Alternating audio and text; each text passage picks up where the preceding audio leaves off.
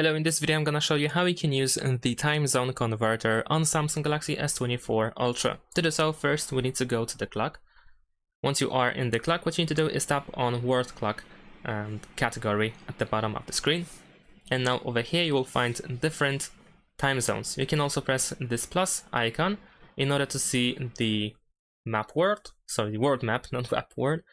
And you can select an example city. You can, let's say, choose Denver, and then you can press add. And now over here you will find the time, how many hours the city is behind or ahead. So let's say if we choose, let's say, New Delhi, yeah, then we can also see the time ahead. We can also select the currently added city, the city that is already added, and then you can remove it.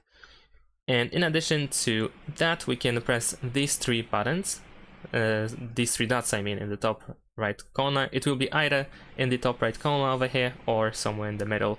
And then we can go to time zone converter. And here we can check if you, for instance, want to make sure that you'll have the correct time.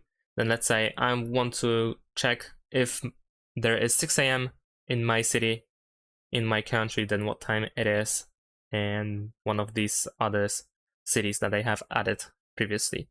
So I think this is a pretty cool feature, and this is how we can use it as an example.